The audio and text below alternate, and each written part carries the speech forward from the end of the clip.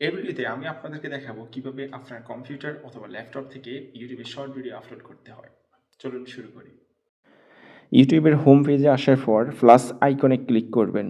তারপর সেখান থেকে অপশন আছে আপলোড ভিডিও। আপলোড ভিডিওতে ক্লিক করার পর সেখানে একটি অপশন আসবে সিলেক্ট ফাইল, অর্থাৎ আপনি ভিডিও আপলোড করবেন। হ্যাঁ, সিলেক্ট ফাইলে ক্লিক করার পর আপনাকে আপনার ভিডিও যেখানে সেভ রয়েছে অর্থাৎ ইন্টারনাল স্টোরেজে নিয়ে যাবে। তো সেখান থেকে আপনারা যে কোনো একটি ভিডিও সিলেক্ট করবেন, অর্থাৎ ইউটিউবের জন্য যে রেশিও 16:9 ওই অনুপাতের ভিডিও আপলোড করবেন। তো এরপর ভিডিওটি আমরা এখানে তার ডিসক্রিপশান এবং টাইটেল সব কিছু আমরা দেব না, কারণ আমরা ভিডিওটি এখন পাবলিক করব না। তো পেড প্লেসমেন্ট, এরপর অল্টার্ড কন্টেন্ট আমরা নো দেব। তারপর এখানে কিছু ট্যাগ আমরা এখন দেব না, আমরা পরবর্তীতে ভিডিওতে এডিট করে দেব।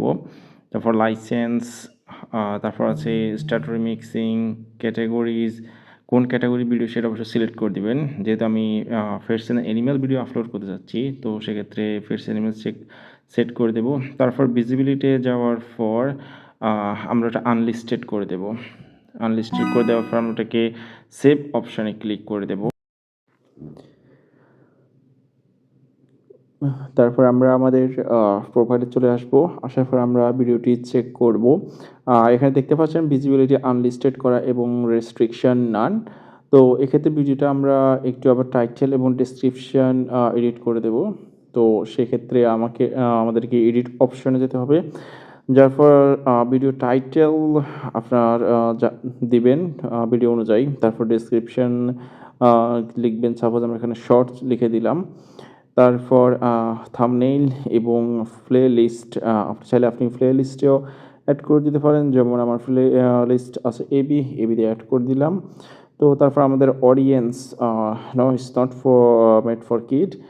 এবং তারপর আমরা স্ক্রল করে নিচে যাব। নিচে যাওয়ার পর আমরা ট্যাগ অপশান আছে, ট্যাগ অপশানে আমরা suppose shorts video related tag, যেমন অ্যানিমাল, এরকম ভিডিও রিলেটেড ট্যাগগুলো আমরা দিয়ে দেব।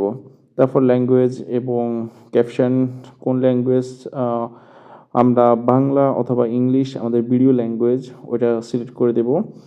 তারপর আমাদের টাইটেল এবং ডিসক্রিপশন ল্যাঙ্গুয়েজ সেটাও মাস্ট বি ইংলিশ হবে অথবা বাংলা, আমরা সিলেক্ট করে দেব।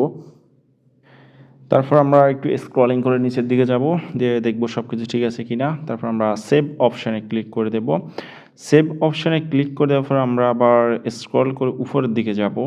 যাওয়ার পর আমাদের আরও একটি কাজ বাকি রয়েছে, সেটা হচ্ছে ভিজিবিলিটি। হ্যাঁ, ভিজিবিলিটি আমাদের আগে আনলিস্টেড করা ছিল, তো এই ক্ষেত্রে আমরা এখন এটা পাবলিক করে দেব এবং পাবলিক করে দেওয়ার পরে কিন্তু সকলে দেখতে পাবে। তারপর আমরা সেভ অপশানে ক্লিক করব। এখান থেকে এখন আমরা আমাদের হোম পেজে যাব এবং যাওয়ার পর আমরা দেখতে পাচ্ছি আমাদের ভিডিও ভিজিবিলিটি পাবলিক করা হয়ে গেছে এবং ডান।